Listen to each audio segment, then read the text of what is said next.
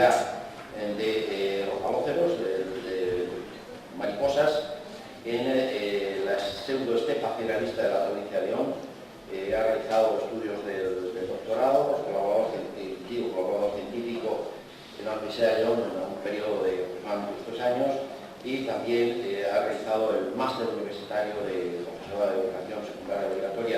Tiene ya algunas publicaciones y algunos trabajos relacionados, todos ellos, con su especialidad, es decir, con las mariposas. Y por lo tanto, sobre este tema nos hablará en relación con la conservación de bosques y mariposas, ejemplos de sostenibilidad. Bueno, muchísimas gracias. Te avisaré cuando cumplan los 12 minutos.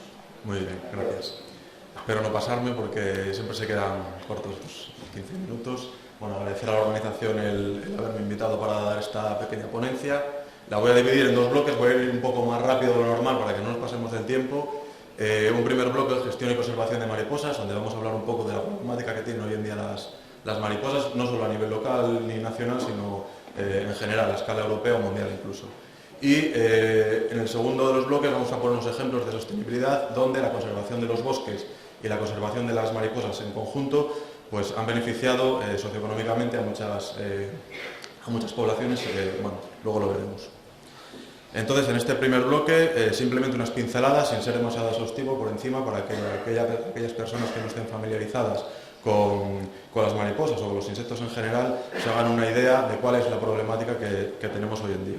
Unos datos generales: a escala mundial existen 180.000 especies de mariposas, aunque bueno, anualmente se describen miles de especies en todo el mundo, sobre todo en zonas tropicales, aunque también a nivel nacional en España se describen anualmente varias especies nuevas para la ciencia.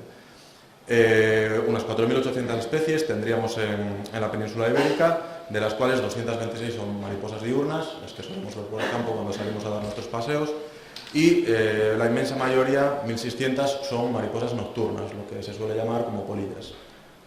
Estos 2 grupos conformarían el grupo no taxonómico llamado de los macrolepidópteros, mariposas pues, que generalmente sobrepasan el centímetro, aunque existen excepciones, y el grueso de las 4.800 especies son los llamados microlepidópteros, que son más de 3.000 especies y que, como digo, cada año se describen muchísimas más. En España estamos a un ritmo de 20, 30, incluso 40 por año, a medida que se van estudiando y que la gente se va metiendo con estos pequeños grupos.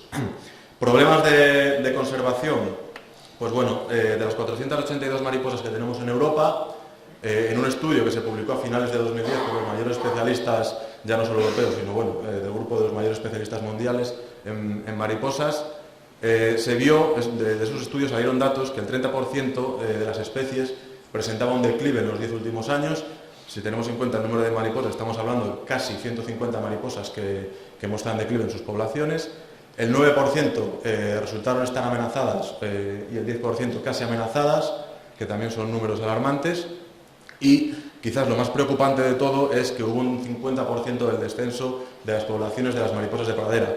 Quizás lo más importante, digo yo, porque las mariposas de pradera son mariposas que tienen unos requerimientos ecológicos muy concretos, muy característicos, y que se ven muy afectadas sobre todo desde el punto de vista de las acciones antrópicas, por el medio que les rodea. Luego veremos algunos ejemplos y lo explicaremos un poco mejor. Por ilustrar un poco las especies que nos tocan más de cerca, en la provincia de León, pues vamos a mostrar 4 o 5, la Parnasius apollo, una mariposa de montaña que le está viendo afectada, entre otras cosas, por el cambio climático. Cada vez tiene que subir más arriba, literalmente, en la montaña, y tiene la problemática de que su planta nutricia no sube a la misma velocidad que la propia mariposa. Entonces, en algunas zonas existen conflictos, no tanto en el clima atlántico, pero sí en zonas mediterráneas, sobre todo sur de España, exceptuando Sierra Nevada, que tiene una altitud bastante buena. Las otras zonas montañosas están teniendo problemas. Euphydria saurinia, una mariposa que se lleva muchos proyectos de investigación a nivel europeo, está amenazada, y en España tenemos la suerte de que tenemos una subespecie que se aclimata bien al clima mediterráneo y es de las más comunes en el periodo de vuelo de este insecto.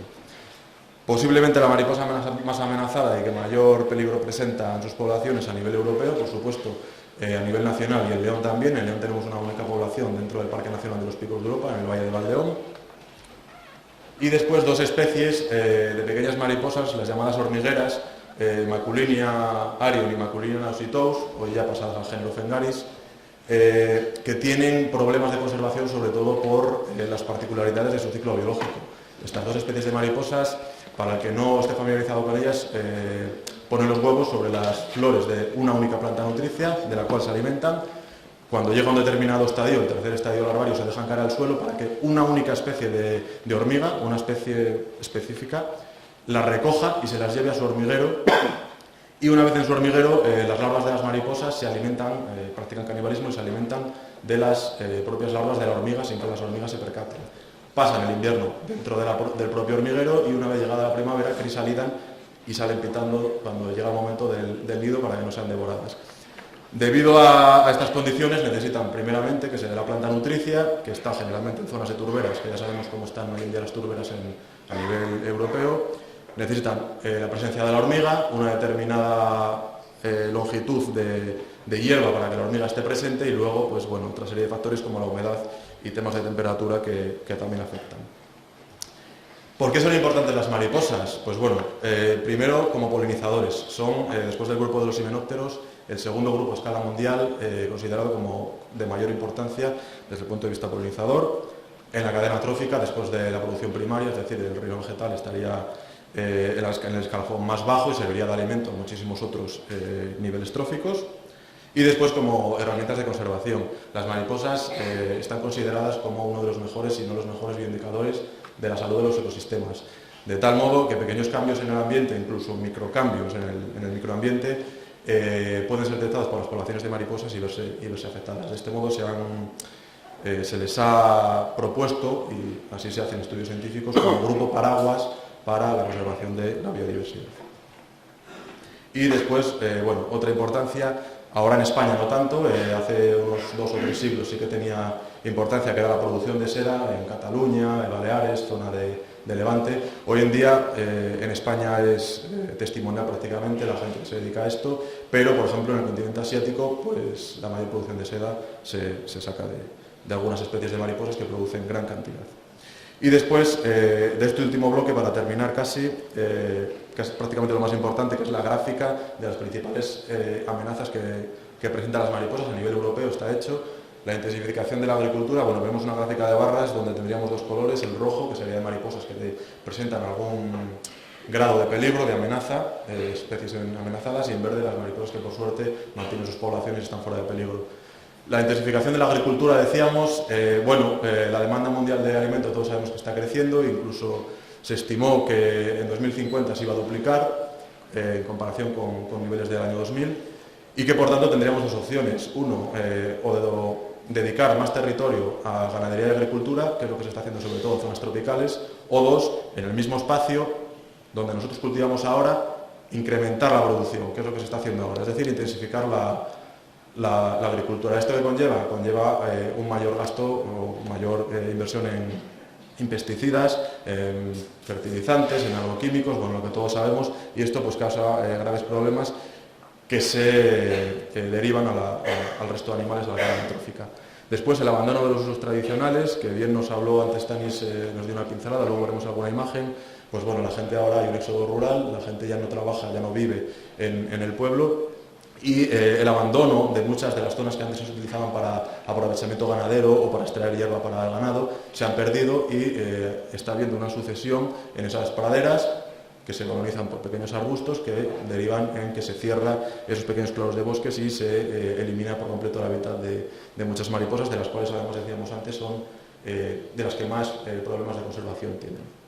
Después, bueno, para ir un poco más rápido, el cambio climático, el caso de la Parnassus Apollo, que se queda literalmente sin montaña para poder desarrollar su ciclo, cambios en la gestión de los bosques, puntualmente turismo y recreación, cambios en el manejo de zonas que no son agrícolas, y después, bueno, infraestructuras y urbanización, el fuego, que desgraciadamente en estas zonas del Bierzo y de León en general también tenemos problemática, contaminación, cambio de dinámicas poblacionales y también muy puntualmente problemas con especies invasoras.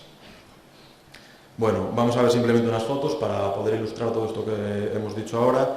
La agricultura intensiva, vemos todos los invernaderos de plástico que prácticamente hacen que toda la fauna que haya en esa zona se vea desplazada.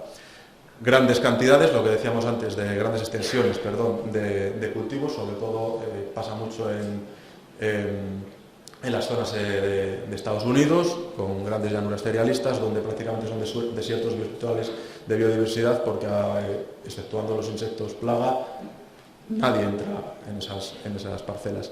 Y después un ejemplo de la estepa cerealista del sureste de la provincia de León, zona de tierra de campos, donde vemos grandes extensiones, pues bueno, una zona de cereal en el medio, dos zonas de barbecho joven, barbecho reciente, que es totalmente improductivo para los insectos, y veis que sí que se respetan aquí ciertos linderos, ciertas cunetas, que es el hábitat único y exclusivo de toda la fauna, por lo menos la de los insectos, en estas zonas. Después, el abandono de los usos tradicionales. Vemos aquí dos puertos donde no se han abandonado. Uno es el puerto de Fonfría, en la Riera de Vara, aprovechado, aunque no debería estar aprovechado, pero por ganado durante muchos años. Y una foto del Valle de San Emiliano, donde vemos que se mantiene también el uso ganadero. Y bueno, pues hay sebes, hay zonas que actúan de corredores para muchos animales, y se aprovecha también por el ganado. Y vemos que está, pues, unos tamaños de parcela adecuados y bueno, un mantenimiento bastante adecuado. Sin embargo, desgraciadamente en el Bierzo, Peranzanes, una zona anteriormente aprovechada por el ganado, como va siendo colonizada por las escobas, y vemos ya los árboles por la zona de atrás, árboles además de ribera, etcétera, que poco a poco pues irán tomando terreno y harán que desaparezca ese hábitat de pradera que anteriormente estaba siendo aprovechado por muchas especies. La deforestación, uno de los temas que nos ha traído aquí hoy también, una foto que bueno, lo dice todo, una comparativa, esta no es de España, una comparativa 2003-2008, donde vemos que para las especies forestales pues ha sido un desastre absoluto. Otro ejemplo, ya que nos toca más cercano, pues bueno, deforestación para sembrar un poco de cereal en una zona de robledal o de encinar. Otras amenazas, pues bueno, las explotaciones, las que nos podemos imaginar todos, explotaciones a cielo abierto. Otra cosa que todavía no entendemos mucha gente que vamos al campo, que es que todavía se sigan limpiando las cunetas de forma química, ¿vale? Cuando hoy en día ya hay mecanismos mecánicos, formas mecánicas con los tractores que tienen esos brazos que al fin y al cabo llegan a lo mismo, ¿no? A limpiar las cunetas. Y hay muchísimas especies, no solo de mariposas, sino de otros insectos, que viven de plantas oportunistas que nacen en las cunetas, de las cuales después se alimentan los siguientes niveles, como vimos antes, de la cadena trófica. Bueno, incendios, el de Castro con Trigo, vemos repoblación inadecuada de pinares y zonas urbanísticas que puntualmente también pueden afectar. Bueno, el segundo de los bloques, intentaré ir un poco más rápido, vamos a hablar de cómo los ejemplos de conservación de bosques y conservación de mariposas dan ejemplos de sostenibilidad. Vamos a ir viendo cada uno. El proyecto Kipepeo. El proyecto Kipepeo es un proyecto keniata que nace en 1991, sí, y lo que ocurre es que en una zona de la región de Kipepeo existía una problemática con el bosque de Arabucoso Coque, que es un bosque de unas 42.000 hectáreas, ya que la gente de Kipepeo, pues bueno, era gente muy humilde que tenía problemas para conseguir alimento. Y en una encuesta que se hizo en el 91, el 96% de la gente no estaba de acuerdo con la gestión que se hacía de esa selva, de esa zona de bosque, y el 54%, es decir, más de la mitad de la población, estaba de acuerdo con deforestar parte de la selva para aprovecharlo agrícola y ganaderamente. Entonces, viendo con estas perspectivas, la Sociedad de Historia Natural Africana y los Museos Nacionales de Kenia les propusieron a los ganaderos de la zona, a la población en general de la zona, llevar a cabo un proyecto en el cual ellos se comprometían a formarles para la cría de mariposas y se comprometían a que todas las pupas de mariposas que ellos produjeran, que sacaban evidentemente del bosque, se las compraban para poder exportar principalmente a Estados Unidos y a Europa. Los objetivos del proyecto era conservar el bosque, erradicar la pobreza y que fuera un proyecto sostenible en el tiempo. Tan sostenible fue que empezó en 1991 y ya en el 98, ya en 2001, tuvo unas ganancias anuales de $130.000, que teniendo en cuenta la renta per cápita keniata, pues es una cantidad de dinero bastante asombrosa. Vamos a ver algunas imágenes del bosque. Bueno, pues la gente podía ir a recoger determinadas especies al bosque, se las llevaba, hacían unos pequeños mariposarios, las criaban, sacaban pupas y una gente que era de estos dos organismos que decíamos antes se encargaba de seleccionar las pupas y de hacer contactos y exportarlas. Esto ha permitido a la población de Quipepeo, que ya en el año 2000 se mostrara satisfecha con la gestión que se estaba haciendo del bosque. Todo el mundo, ya un 84% en la encuesta la repitieron, y un 84% de la gente estaba a favor de la conservación del bosque, y esto permitió pues, crear escuelas, crear infraestructuras, turismo de naturaleza, etc. Bueno, pues quedaban un par de proyectos, un par de minutos, lo decimos muy rápido, de la mariposa monarca en México, que comenzó en 2008, fue declarada reserva de la biosfera, es una zona de hibernación de la mariposa monarca, que todos sabemos que realiza migraciones hacia Estados Unidos y el sur de Canadá, y entonces, pues lo mismo prácticamente que antes, para conservar el bosque, conservar la mariposa y para dinamizar económicamente la zona, se invirtió dinero, y hoy en día recibe, en los 2 meses en los que empieza la arrancada la mariposa monarca, la migración, unos 100.000 visitas en esos 2 meses, y dinamiza económicamente la zona. Y para acabar, pues muy brevemente, la red de mariposarios que se ha establecido en Costa Rica, por todo el país. Costa Rica, para que nos hagamos una idea, es la mitad en extensión de Castilla y León, y hay unos 300 mariposarios de gente local que, al igual que en Quipepeo, cría sus propias mariposas, se asocian y luego las crisálidas las venden y las exportan principalmente a Estados Unidos.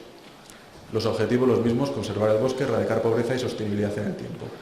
Vemos algunas imágenes de los mariposarios y nada, simplemente como una pincelada final, el turismo entomológico, que en España ahora mismo está empezando, arrancando, no así en Europa, donde ya, en Estados Unidos, donde ya mueve millones de euros anualmente, aquí, como decimos, en fases iniciales, y fomenta un respeto al medio ambiente y da a conocer nuestro patrimonio.